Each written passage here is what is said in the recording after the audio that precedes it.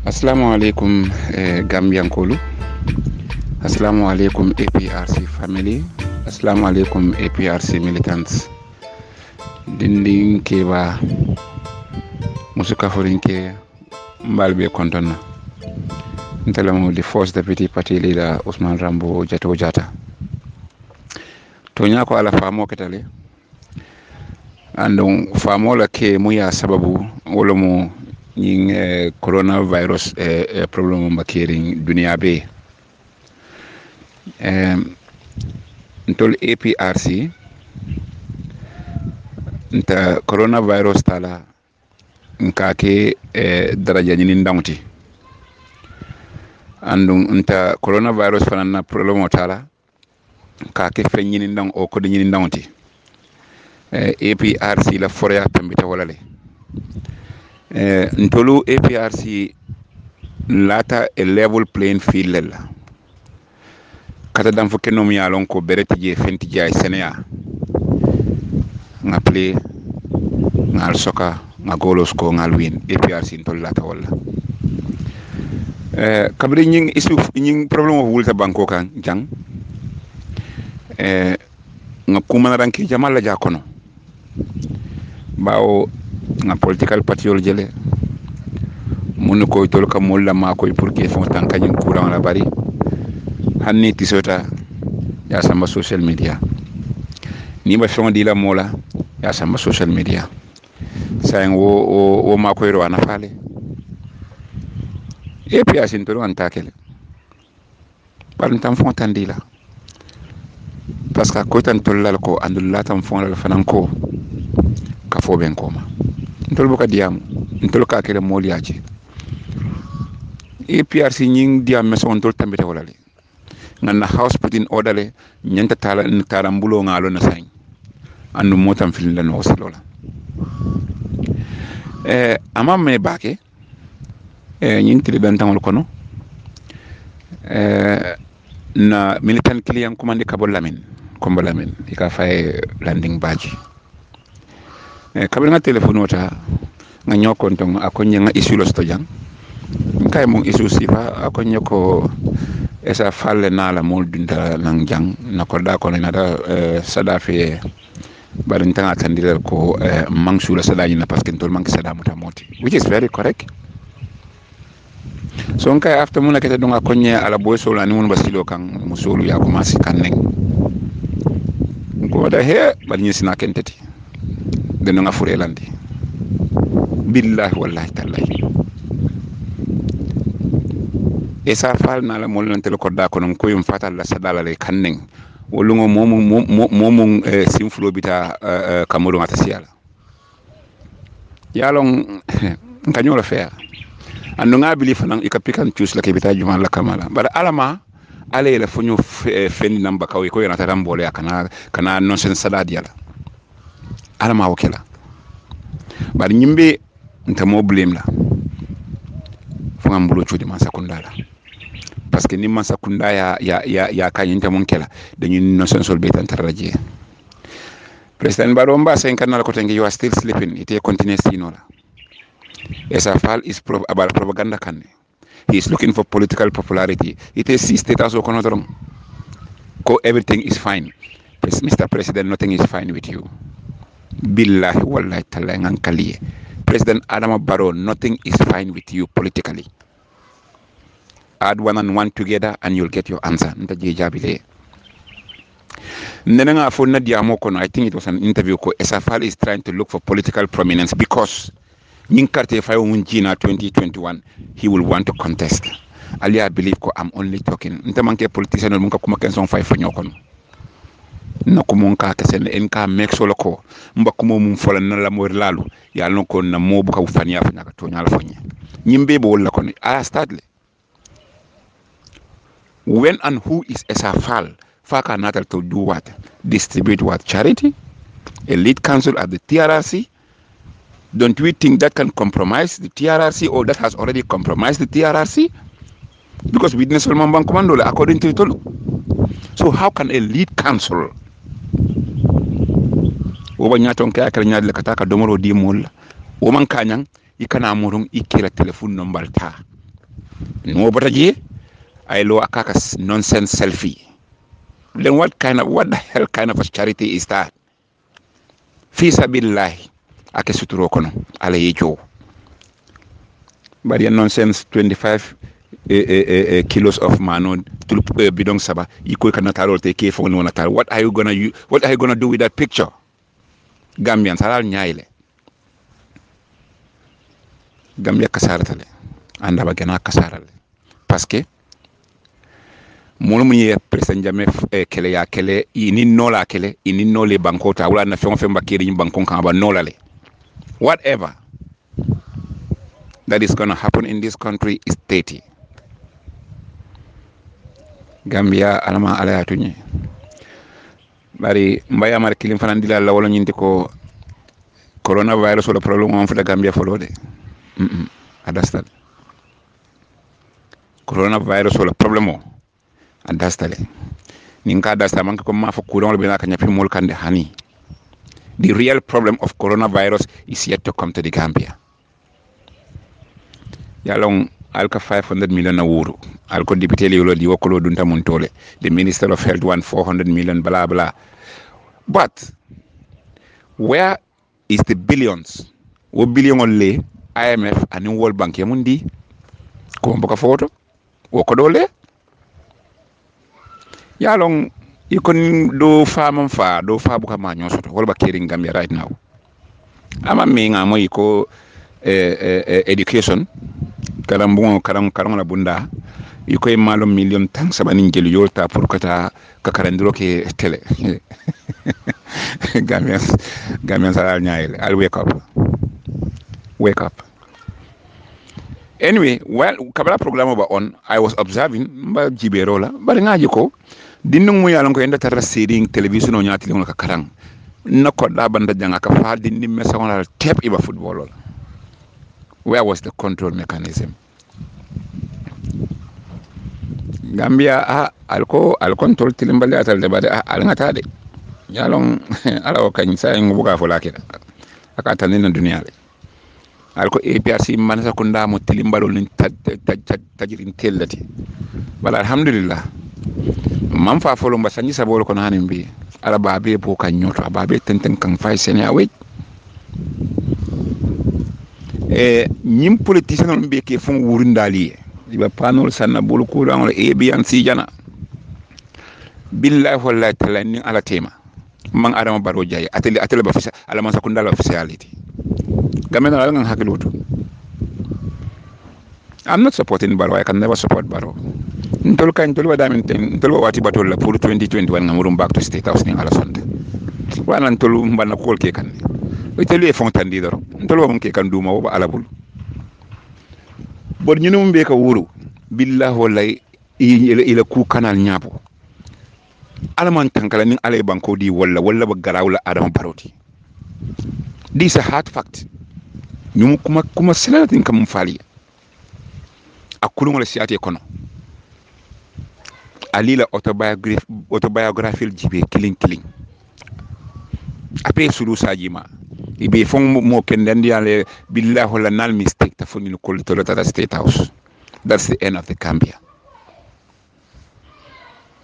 APRC man sakunda mbi jennu sanji tang sanyi mo wanin fula fom betata la fom man betaa atulatul fonga al fonga la hakilo bulu fonga yin kay banko samba kula num fom ka samba ko atulatul la bulu ala jibal fonga fe alla carte keso atul la tamu alla dahanin kolea aballa carte keso lo bala al kesendiroki bar ngal nako nale APRC bala la carte la nyin carte fay nala billahi wallahi alsa banko ke futoti alka joka kan alka sukulo ni joka alka dom ata bayla abadam tan kolea wala belto de kolea ya ali along laud la nyim banko kan apicele natala num babil man salar bijang din kendo din foro Gambia be din kendo number 1 Yaya Jammeh natala num atele bijang nyim problème ba kering killing Jammeh to soron ka fon kana sali wo is complete nonsense. ma fo ya maro ndi mo kana tade barka jami sorongo is totally out of it. Gambian na Islam dina kebala ni na Christian nyaton kolo alle we need you now sayna to linta fundila molkan bar mobe ada zip mobe wasiri ntanga expect ko kabe yin courant fundita na dina nyaton kolo ba fundile ko ala nga dun jami ko ngambulo la alay o ala nga tilikilin jibe Gambia mun sa sunno yisun o Gambian ni sa wuli no talan saba yesuta salo suta nafiloke kambulola ala ngake hanim bi opto bi talato ma moy dina nyaton kala saying atol kantol dina nyaton kaya ala jumala ya which god Gambia ako babil mansala fo en tamafo akuna jamfa alama ala ya halaki bari ninga jamfa alo mari ay ning ala bula nyola babil mansala ala dankaro jabital gameno nga kol sin kata nyaminde babil mansala amantara halaki nga badaminde ey tajila wallahi mum manjato lo ngol ko tulunga feñola jino wole buwano bar malay ko le jino no babil mansala al nole because as senator tele whether you like it or not, he is more clean than you people. You people are bogus. You worth nothing. Aliya kele faniala kang, aliya nafikiya faniala kang, aliya hasidiya faniala kang. But I feel it. He is proving you people wrong. Pati say lata nyokang, iko ito laba katalati. Pati say nyatonga say complete bogus. Kuma ba fodorong. Sunyaro dorong nonsense o dorong nyimbang ko kan mbita no nyadi you will not move an inch. Coronavirus iko pour que fon tanka wolomu ke buloku odo nyina na mambuloku anyway ning atara wolom isuti buluku la coronavirus bay odo alngan sondo mol fananku nga hasidiya boji anin jawi anin konnanteya anin faniya honestly speaking lundon tada Westfield ntada fenna nyine de ndunda biti ko ne ko nyebuloko fine ngambuloko helelo walom mbulo manja ntada mu nyini maso mfunta nko modu nabiti ko do ko nyebuloko fo biti saba ngono wala nyimanke kairoti something is wrong definitely speaking nsawata nyamin kafo mo le ngambuloku anin kanson kambuloku al ngan songan sondo mol fanan ko nyama ninko Gambia ya fonsoto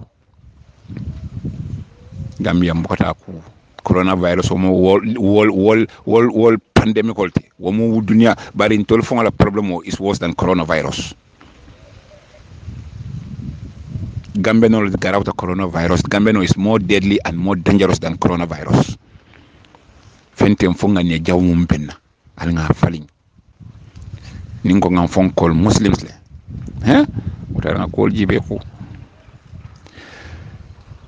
diaspora kol mum 2016 ka fela mo le ko nal man carte fay Adama Barrow ndamani bodo kilali ala bokado nyoto ay kuro ka senate wi sun garo sidaldi ninja kalo amantaro li Gambia de bawa to le amela to lo mani boto alenta bakula wala hano fonten atel mo muslima si fallati ika fo mo la balwo kotla because ite la finna ko lafta afeli atol la finna ko wol toro be kambi. What are you going to do about it? Nyin sunkaro ba dimina sunkaro beti mo kana sunkar sukuro expect yad I don't have it nta dilano andunda manteng momo ni modal da kadila ma dila nyinang I understand it nyimmeti abadula bel fu neka meti ci de kabina nga understand ñoo fi wonyam janni man nakuma kum fala parce que ñi audio ma na jam fala nga di say la ko ñi corona bi talal fay bang man diam bari ko do la fanan wulta especially na bakaw jang angun nguno bina siala i ko mol la ning sukuro kadum mol kan mostly jolalia now how are you people thinking fatoli amena jolal dum wol ba konkori naba wal bu ko tanyin sido le to give you this nonsense charities only jolas. Jolas are very decent, hard-earning people. They live by their sweat. Allah in nonsense, idiotic charity mutali abulal kono. They don't need it. Come on, man. What is wrong with us? Yeah, because some people went to our people in Fajara. I have to finally intervene. But in Atamana for Sukuru is from a councillor in Newtown. I don't know whether it's from KMC. If at all it is from KMC, mbere tamu ala domo fara nyina tale yake na janne when we were in power kabiri mama sakunda na sukurtala e piati dorom boka lojete but ali ke ko fana nak foya sukulu na manol ye sosoning atondi finkin de sumuna la momalon ko baytul la ka fo nyami ali ala hakilotu nak ma fal kana sadamu ta bala hakilotu sadamu toto parce que molle banyim banko kan wol man ko kula janko de ke yake nyaton koti isiata amanke mo kelenti alal hakilo tunyim politician mo ni sada non sol kanalia be very careful alal hakilo non te bidal kalola filla parce que bawo ngaje misiri mo ko sew sada woni dam jele ngan ko game tastal game tiñatal alal hakilo fon namol mo bakaw ni na sada fiali nal man la fi ala fo im fatal ala alibuli ni la salaleta to nyalom sada is normal muslimo ya di muslimo la bari mba situation la kono situation mo ya lonko ni ba fondi la mo nta kala sotoro kono bari ntan kamunje nta nyaka sede amunula is political ena mayna futal wo temboto politico mayna al nyata diala on anywhere ali amoy ko APRC ko le nyake ifele anatalia pos ata possible la ntolla fahamo tambeta walale because natara non tolle la mansa kunda ba sedi non den ni nonsense mol mo kata insala nonsense dan molia altejela mbal tentula mbal jayla ala baraka nyun kuran alma ala mbe tankala andun ay mun fana muta alma ala yeso ila jata kende yala mbal tentula mbal jayla fo wati do ala baraka a'udhu billahi minash shaitanir rajim bismillahir rahmanir rahim. In defense of Islam, معكم عليها من مملكة العربية السعودية وكل وأنتم بخير وأحييكم بتحية الإسلامية على وهي السلام عليكم ورحمة الله تعالى وبركاته. أيها الإخوان المستمعون الكرام والكريمات، أقول لكم إن الحمد لله نحمده ونستعينه ونستغفره ونعوذ بالله من شرور أنفسنا ومن سيئات أعمالنا، من يهده الله فلا مضل له ومن يضلل فلا هادي له، وأشهد أن لا إله إلا الله وحده لا شريك له، وأشهد أن محمدا عبده ورسوله. إن أصدق الحديث كتاب الله، وخير هدي محمد صلى الله عليه وسلم، وشر الأمور محدثاتها، فإن كل محدثة بدعة وكل بدعة ضلالة وكل ضلالة في النار والعياذ بالله، ونعوذ بالله من دخول جهنم. Allahumma amin. Mbadingol in defense of Islam, nga ñininkar laal min soto jam miye ñininkaro ke ako arijana to jelul le be arijana min nata alqur'ano kono, anin fana jahannama to jelule nata alqur'ano kono, nim man ñina ay ñininkaro ke ñamin. Mba fola ñininkar la ñinde alhamdulillah ay ku bale ñininka ay kubale ñininka nte fana nga domondingo min lonje nte la fahamuroto nga min tombo nga min je alquranol dulal mi yalon ko ala ay arjana tol men sonje ay arjana tol foje ay arjana kumol foje mbina domondingo min fola nga min long nimbe fen tula koma den al salo hanamadingo la naso kamma doron bare mbenna kata dango kela. Alhamdulillah rabbil alamin. Abeti atale bayro dunia kono bi ye momoje ay kato kele hanifo dunia banku jelule bi dunia kono mbe kato ke kawolon sate jelule be wolem sabati dinkra jelule be dunia kono banko kono ngalon ne wolem continental comme ya fo continent Afrique wolem continent Europe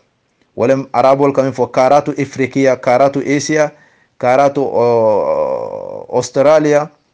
karatu America Janubia wa America Simalia ha wolem continent of Africa European continent Australian continent America West South continent Canada yo Middle East wo continent Europa mono wolem Europe mol yemo mo nyininka how many continent lebe kere dunia kono asafo ko malon fo 5 continent ha wolem Africa Europe Asia ngamira Australia ngamira yafo America Simali wa America Janubia ngamira iba fola 5 continent yo woto asibeti afana mol yalon fana lakira la fana banku jelule be lakira wolem banku ba jelule be lakira sate bal jelule be lakira ngamira o fana sibetia jongol fana si domandin fere katoke pour nga domandin ta ka lonje walatina asmaul janna arjana de asmaul janna mi yalon ko tol min be arjana adoyata nyaaw nyante mba fola tang anin nani nimbe fen lalaje woto asike tang anin lulu bare mbe tanin nani mbe tolle natela folo den tanin lulu njango mina min folaje mebi wo fanaje abekala kara doleti bodjang mbe min fola walem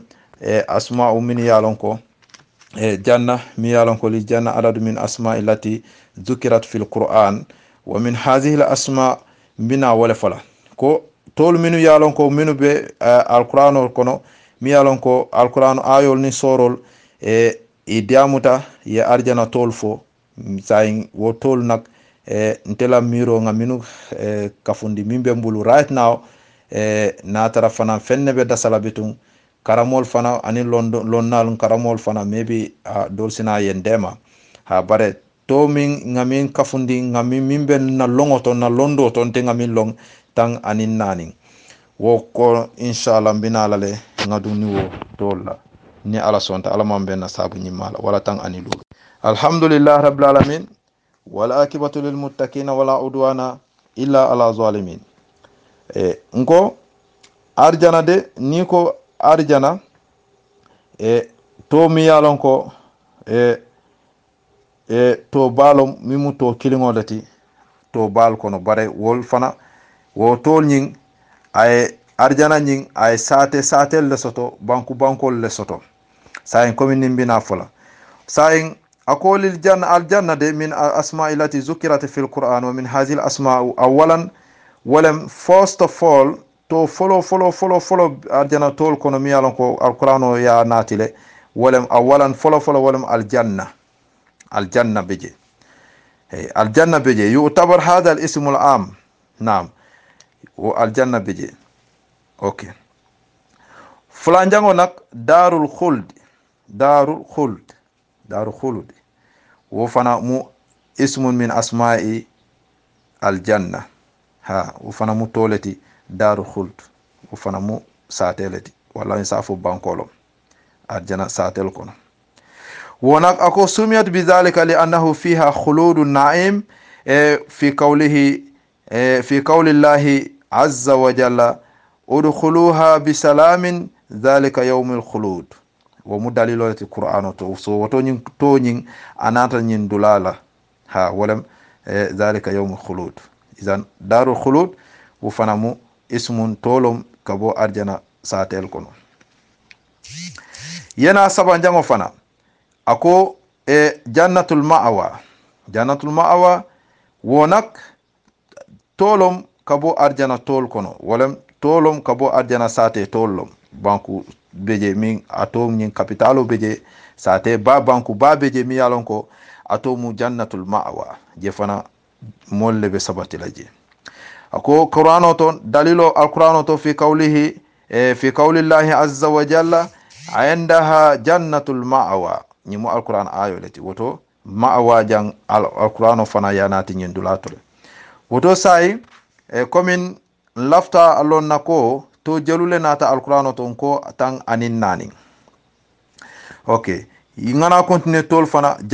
jannatu adnin afana mu toleti mi yalon ko akabo arjana toleti mi yalon ko satelon kabo arjana satel kono bankolon kabo arjana bankol kono bi ninbe dunia kono jang niko afrika bankolom de ha so bankol nyinu fana sate jamal be o banko kono de continent nying banku jamale be je mi yalon ko sate bal kono ko niko afrika niko gambia senegal Bissau, Conakry, Mauritania, Mali, yafo ngamera Africa saying 52 states.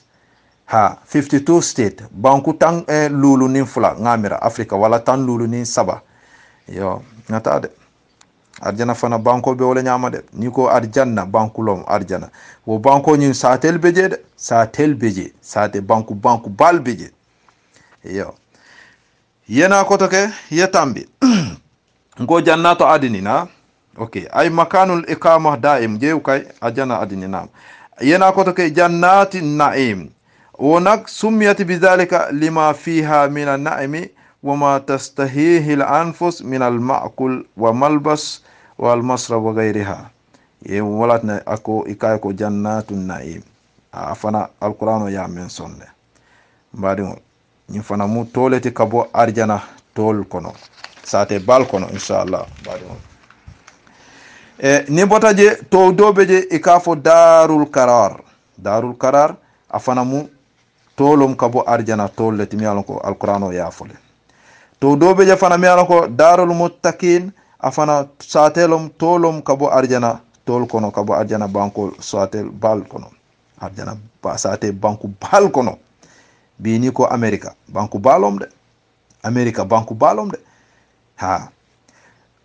eyo stamane walam 8 walam tang ane naka tang lulu worola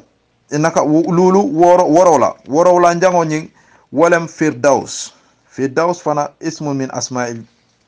janna wo fana stolum kabo arjana tol kono mi yalan ko banku ballum fana wala na kila fango ko ni analbe arjana danila alsi jannatu firdaus dani alsi ajana firdaus ikamin fo banko mi ikamin fo firdaus alwo sate dani ala sal sabatindi wo dinkralla wo banko wala banko bunema bale bekela Allahu akbar kononto jangol walam husna wo fana jannatu husna nying arjana tolum to min kabo arjana tol tan jango nying darus salam wo fana tolum kabo arjana tolum sate bal banko bal arjana kono darul makama walam tan ninkili njango nying darul makama wo fana mu banko leti kabo arjana bankol kono walam satelon kabo arjana satel kono mi yalon ko ato nying darul makama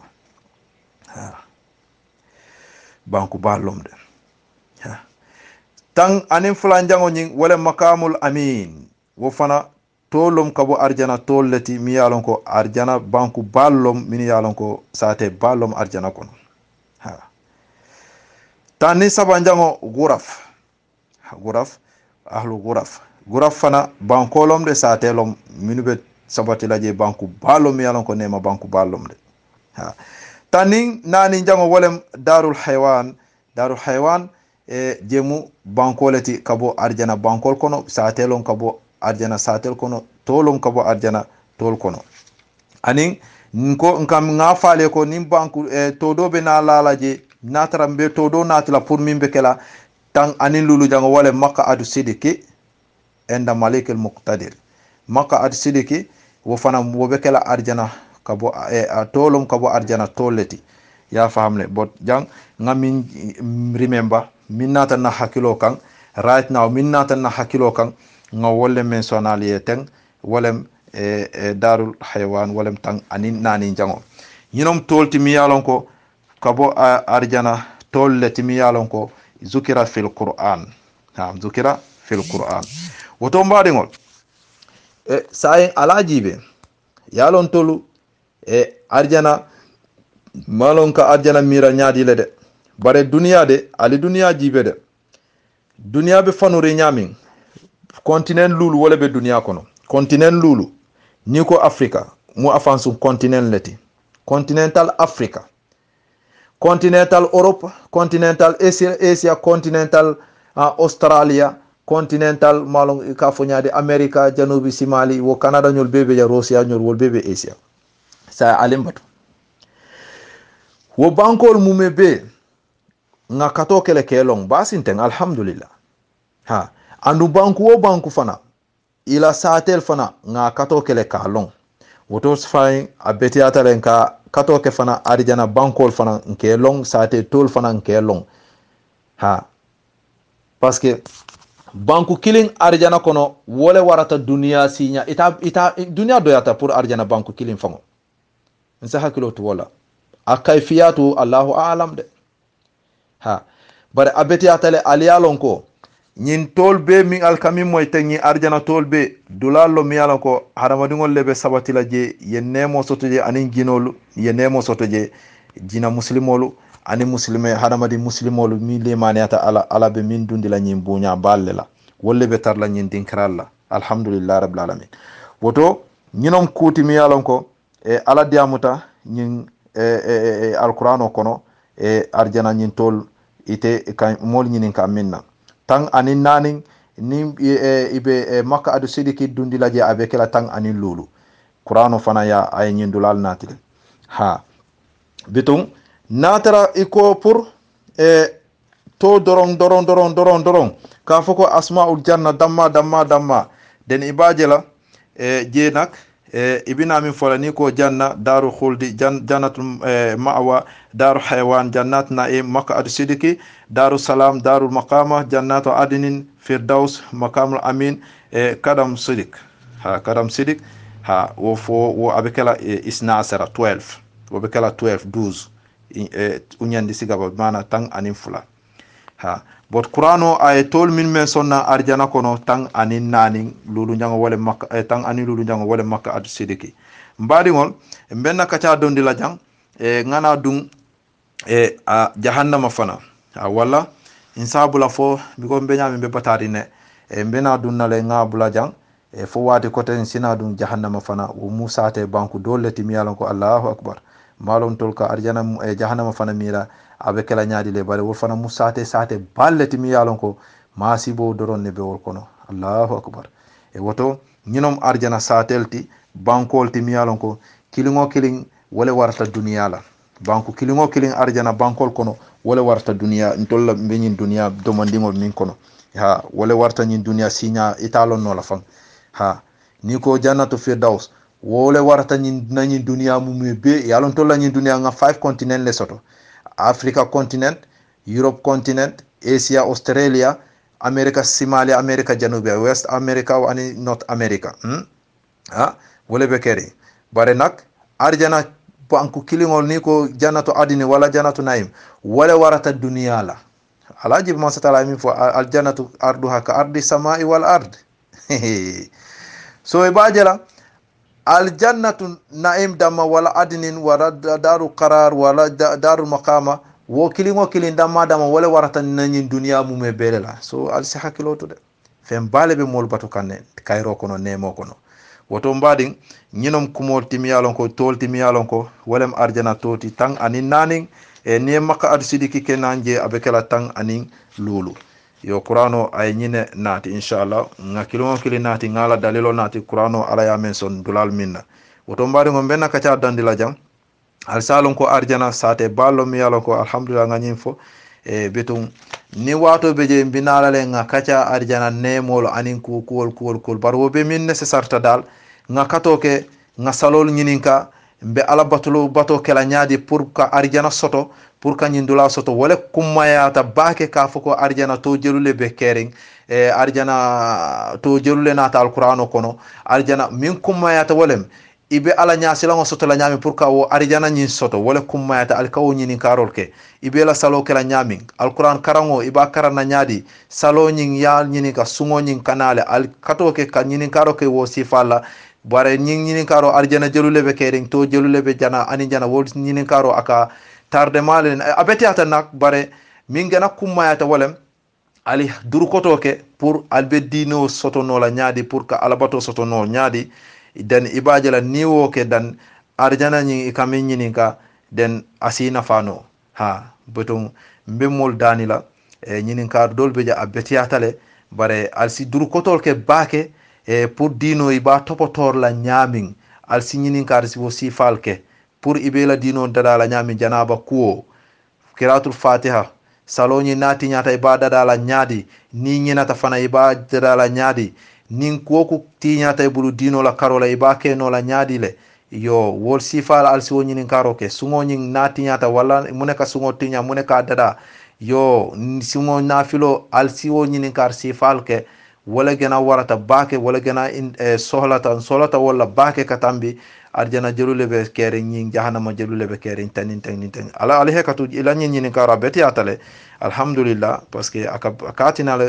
ay so hamu ay mol so hamola isaje mbesi hamola fa pour ka arjana nyini ha bare dolbe je ibuka nyini karo ko kamare ka nyini karo ke pour ka molu taswis doron ka molu ka wiswaso nati wala nyo sabola doron ha bare ibuka ke anin dalil la alaman tankala wo nyini kar sifala ok abala al baraka bake alha mbal kontona nyini kar lal fana mbal kontona bake. Assalamu alaikum warahmatullahi wabarakatuh. Badi mo furu momolo mbali kontona momo itoni kontona mba falale ko annimbara bake mbe mobe kontona momo be kafo kono kibaro futata majam mi ya lonko kibaro ni ngato nyaayandi la taala mole yan kumanda aya itandina ko drame ni ayatra furu mol min be bulu sifero be kata aliyadiya mun nyim fannato pour mol si faham mbadi mañolo mini be tubabu du birim France lamba America Sweden Switzerland Finland France Italy Angleterre German Spain Italy nko alilla moy bake men diamula le aliyef fanna jamala folo be diamula minna wole mu kutmi yalon ko abe sabatirin ando abe toñaari fana baadi wono momo ni ayatara abe diaspora banko kan alin nani audio janjandi alin ni audio ni ala siya nyo tema momo ay tare bulo kono mbadi ma kibaro min futata ma France banko kannamu andon kibaro ni mbotanan daminto wolam France 18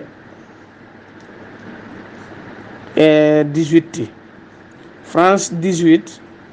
kibaro futata maje mo nani for ludu mi ya lonko yankumandi jam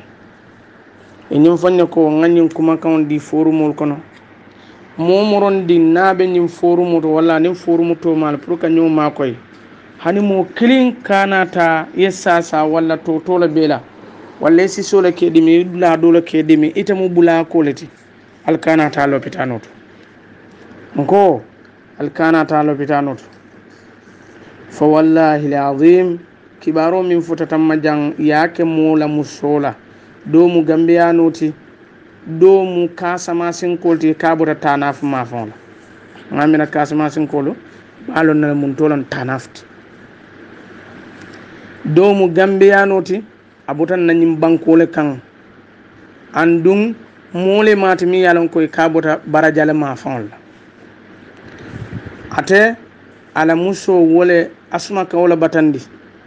wa asma batando ayenta kundin fon le kol janto akalaftan na borola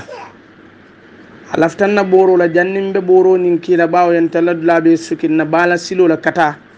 na manken na container nyol min kata janninta be boro kila mo fi boro nin kila dron asma boro nin dron yikum akum so nin man sarala fan anata ta lopitano ako bari pompo babulu na ya pompi asiji atstala do kula tala do ko kay nana ako na botana wala ako botana wala dron akay simuna kandimi won simuna kandimi akay ta akay ko ta formation de mimbe yelli ya jube nin sindimi borol te yewul sanje kewo ya ko da tata do kudlata ko do tuwabula aya fani nami kabira ko da tata do kudlato janna kana nin sa kono lamde amamme nin tel nano kono ten kado ko nin karo min lota tanta til tan kilinguna ke ko keta akay ko isimma koy ay fendo tuwabul suokna kay simma ko yo kurke yo ko ke janni mina kay ko bismillah muso kay yo bismillah basati ji muso na da faddi muso ke ba du ko ren drive moto la ba yen samba ngata lopitano to ngam fan cekke ata futata lopitano to e kadi muso ke ba ko ta suoko no nimmin bota je doro sela numéro tu jambe ko mandal won numéro tu jam tubabo le apen ko ye muso nyim fa même amang hani 2 hours akoy ya kumande akoy ya de muso ke ba kumande iko muso nyim banda ako fa saje bang man son kaje ayaje ya fa do ye kumandiro ke ako akata de ala sanawo mala bijang ani wala bijang bare dindiw ni mbon nan do ko wala nata kabira nata fa bar bi den te balo man diya ba ke mada ba balo saban anata fa ko mbatu ngata loptana ka hanni man ta loptande akay ko ibatu akay ko wombatu kenu ni nata wula tata loptana ya pen kuje ya faje afata loptana ama hani 10 minutes sidron e ka fatale ando abe diam ko wel nko alkana ta lopitano to mbadi wulu alkana ta tubabdu alkana ta lopitano to mbewolma billahi tubabu man la fi africano la atola africano mbedi yam ka to le alkana ta lopitano to nali sata nyin tubabdu nyin nal tata lopitano isali penku yalfa andu nemal penku no isi boro di yalla mi alon ko wala alfa la andu boro nyin ite safer kala bala mi alon ko alsa karanno bawo ni beñi 500 min tatante luwata taman wala tubab du ko no nyimmo fa kata ko momo fata ibe toden na nyin coronavirus la iba fala wala bala bula ko min fata nyin coronavirus taman sia bal santem bula min ka fa France kono ya fo nyami ko say bula ko min fata France kono atata le fo mo tan sabanin fen andu amo sino hani mo kilimantere kono nyin to ma be sisi dimole muta sindimolu kono dimo kundimo itata ye penko amanke corona alkana ta lopitan billahi wallahi summa billahi wallahi talla nali tata lopitan sal penko alefa be fatu ngo alkana ta lopitan bulakolu nali yalo atol mo fiun lelti mo fiun diuna meti wuluta france la bang bari yalon ko ntam mo fiun wala mo mampata balolti alisi alla kordal kono hannal sa alla kordal kono al niyo e boje wala fi sata al eta al fandun tuba bol bul yal penku yal fa yalla sa ya tariyandi al kana oke sokorin ko kuran mi ya lon ko abe kering am ala bula ko muto man sia sai tuba bol fon ka bula mo fiun no me be faka France kono mana fal botan nyin kalmala ba ali audio ni sia nyo tema birim France fa Angleterre America Switzerland Finland Sweden Angleterre ala janjandi ali audio janjandi ali lamo en kammin faale Spain nyolu Italy ntele baadi wono benin dula beleto wala atinna fanga nyoma ko nga audio di nyola nyin kammala komin penkur lal fota janyamin sanji kita ko wol sembobe talakan al nyin audio janja alkana ta lopitana hanna sa kuran hani min sa kura ka tama do ko la alkana ta lopitan hani min sa kura ibe falale o kuran to ila bun kono ye faaje wala fisata ta lopitan eta faaje ye Allah sayal tariyande alkana al siyo dun nyin tubabol bulu nko mbali yamarla min alkana ta lopitan ntel kat diamali drame jaralla min ka jaralo kani habatu sauda la borol la andum mbali pejo to wato wate ninga kuje min yalon ka ben nyandol torala fonga fo ntenak kendi una boro felantin jang ma hani mbe mol nyini mbe nyini ndiro la bawe ko man sakunda fela nan ni bala silo fana mutami kontena min ka sembe ayo fana mutala bara mamme yo mutajand yo banniya jube nte felen tata woto jannin ka o boro ki kibaro futatamma boro nyim felan bulo kono ko alkana ta l'hôpital nal tata l'hôpital alkal man kenda salpen ku yalfa na bayta alse wulo bula alkay ko drame nka kuma na faleta alkana ta l'hôpital nga information correct na soto andum kuma kaw nyim botan nan nyedula jama balato al katake hannal se courant sisi dimolu kundimolu ko dimolu jannin sanji killing mo killing kana ta l'hôpital jannin sanji killing bulakolo alkana ta l'hôpital nal ta l'hôpital isal pen ko yalfa nal l'hôpital l'hôpital minto alsa kata aleta formation to wo fana aliya kiskisi albe borol min minna nin tubabol be mol falal de e be mol fa kan jannin sanjikini alal hakkilotu altirmenol ta africa alal almuru alla mo fim borol kan alkanatu koma ninga nim fal samira ko mbe lafrine molen to laboro sahani nko ale ko information nata membe correct renke alkanata lopitan oto mbalten to lambal jela ala baraka أعوذ بالله من الشيطان الرجيم أعوذ بالله من الشيطان الرجيم أعوذ بالله من الشيطان الرجيم بسم الله الرحمن الرحيم الحمد لله رب العالمين الحمد لله رب العالمين الحمد لله رب العالمين APRC kolu mbari ngambian kolu mo kendolu fano kede ja antoni maul te karakono me aldana men me sito kono fo fano ke alni masi wuli karakono so mandan kontrolem minen do persan kendo yaya eji jambabili mansa abesri gine kotrali ana la muso an la dungolu an delegation me an tata jatigene bebe kontonna kanabla gambia me nyaton gol kontonna Babakar Tombo Njata Rambo Jata ya wakoli amlu nyasi nyolu rabla dudu ja katablan kotoma bakso anina extrifolu kansilolu chamanolu dipitolu amusukunda ke kunda katablan kotoma alhaji bajo ko dukure pamadu suso an mo be e pesa grupo kono katako ina fokato Africa Bankol kanabula Europe UK America alna barngole Mamad Badiah ndabaka somandan kontori assalamu alaikum warahmatullahi taala wabarakatuh waratna atani Niger banko kan Niger kabo 1991 kana 1992 kan ela soja general do bije ibafala Muhammad Yasser Bara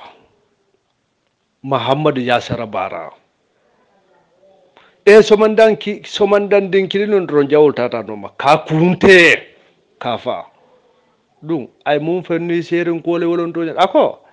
ad nyabente ministre du general Muhammad Yasser Bara hausalon ako ndemanna nyimbanko kama ndemanna nyaton kala kafa ko betula nyaton kala ko ente fata nyaton kala ako ente malla fi politique la ko e bari mbe banko rakide la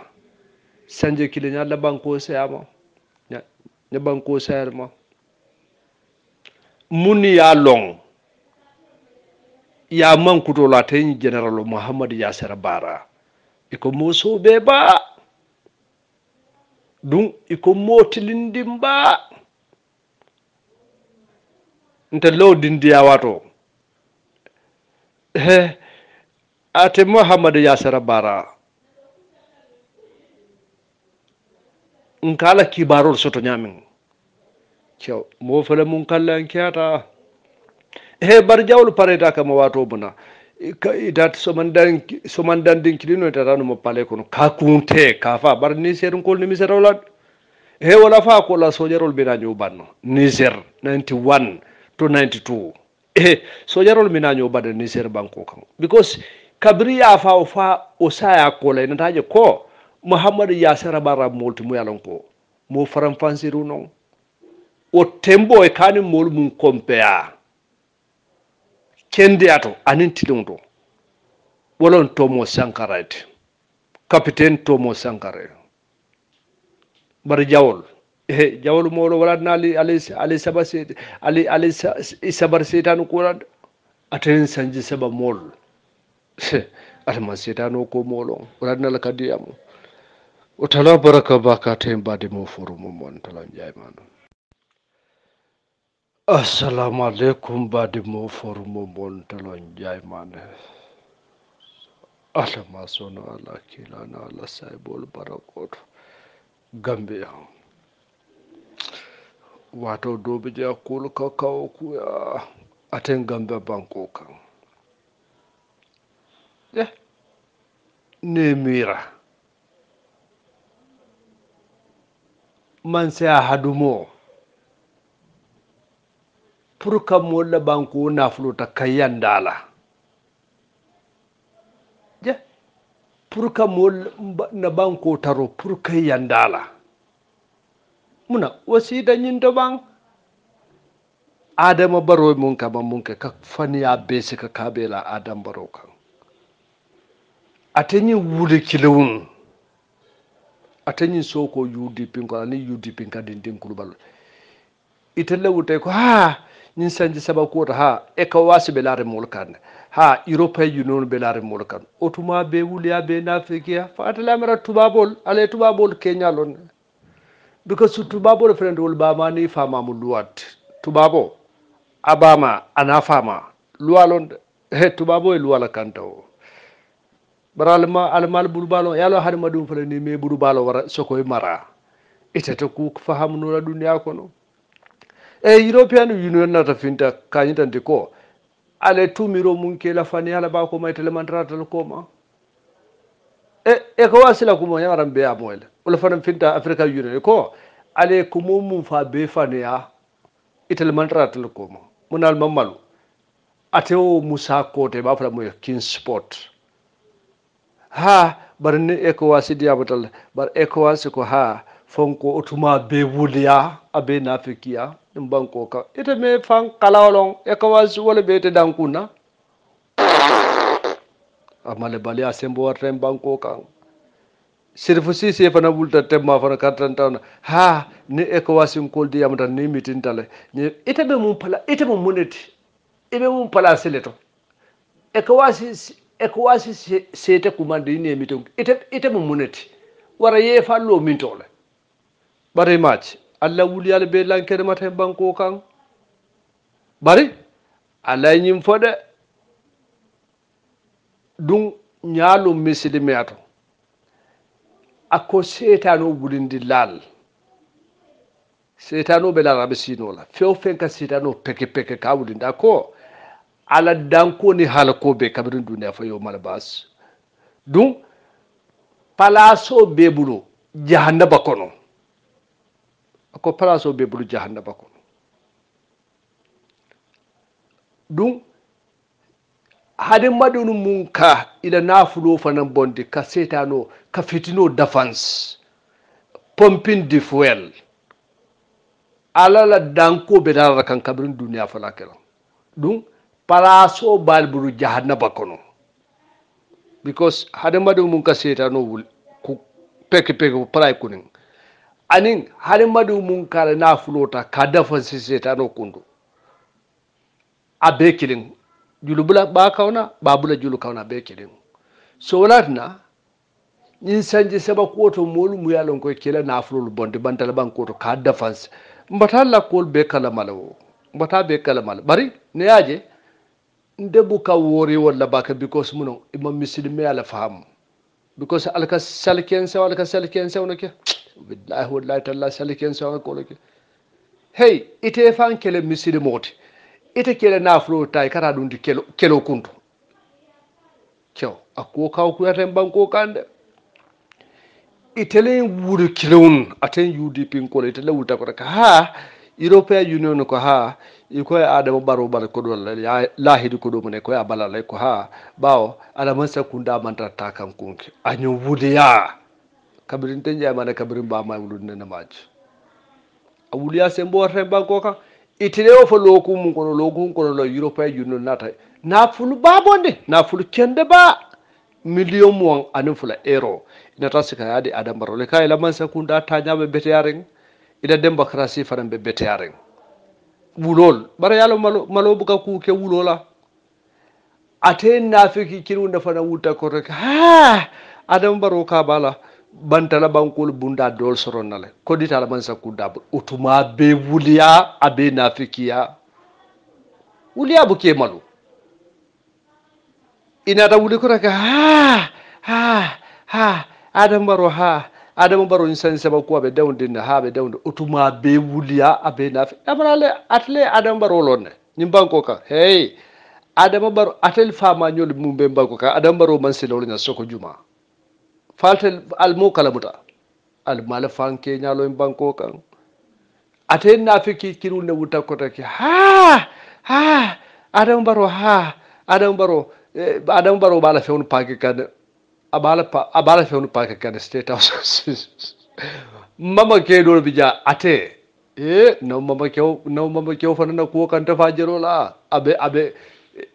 Sweden iba fala Demba Konta naw mama la ko kan fa jero la ada fana wuta ha mbe say mun to ka Adama Barrow bala fe on pake kan ka bala fe on pake kan State House le bari nakki bata la mum be State House ay audio do le pile du mo be du ma radio ay o countla do mande ako imaje o mare le be diam ka bar malafi ka volume la fa nawte mol ba kan sutelal yaaje so ni mo le ka kibaro di mo la State House kulo di mo la state otuma be kuma barakantam fo naw mama kew atakanta fajiro la Demba Konta alma be so do ala kila na la say bo barakor kew aku kalantam fo si adem banko ka barzai Adama Barrow bala bako pake ka bala Adama Barrow be sirin State House la han signed je no sane kundanko ibafla mo Ibrahima Sane o fana wulta he Adama Barrow ni mu kewti lata la kiyala mo bato je for December si ni mu kewti yalon kew ni fatiyata ibe si la je si je for December taraje ni to Adama Barrow ti fatiyata to nyato nye fatiyata si je fo mo le taraje December Ibrahima Sane atata ko kuma yalon Ibrahima Sane na yenta Ibrahima Sane la ko bukanta ora because Sane kundankol bonsun te yalon na ibafla bonsun hiriman koy Sane kundankol bata hiriman koy la bala wo hiriman koy janke wadi jamano janke wale ata bayle kede jawra yala ata bondi kede jawra yala ay fenke sano jere Sane o jere Sane kabriye janke wale ake kede general kede jawrode wale asisi o timpa janke wadi nyala kede general be loron kede general taworo ani woro ako nayi jam fa suute fewfe nyato kansala kono ko wolu non kansala betela mun bota kalame ko janke wal moyta oto mum famara mane do ba fala mun ko salu ndanjay mane bon sum bata bala ul bebe siring angasa ja Sane kundan ko e fatiyalo min tolo because ka buba tan nim fulo wato mun mane kundan ko le kalo front line o kan kallon ko muta man Sane kundan ko fa kabu ni tata kabun kaya fa ne ka ya ko viste Sane kundan ko fa buka keleke because Sane kundan ko tel ko mane kundan ko le ka kelo ka man sa sika kadi la because Sane kundan ko le ka man sa janki warnyul be ma ani malan ko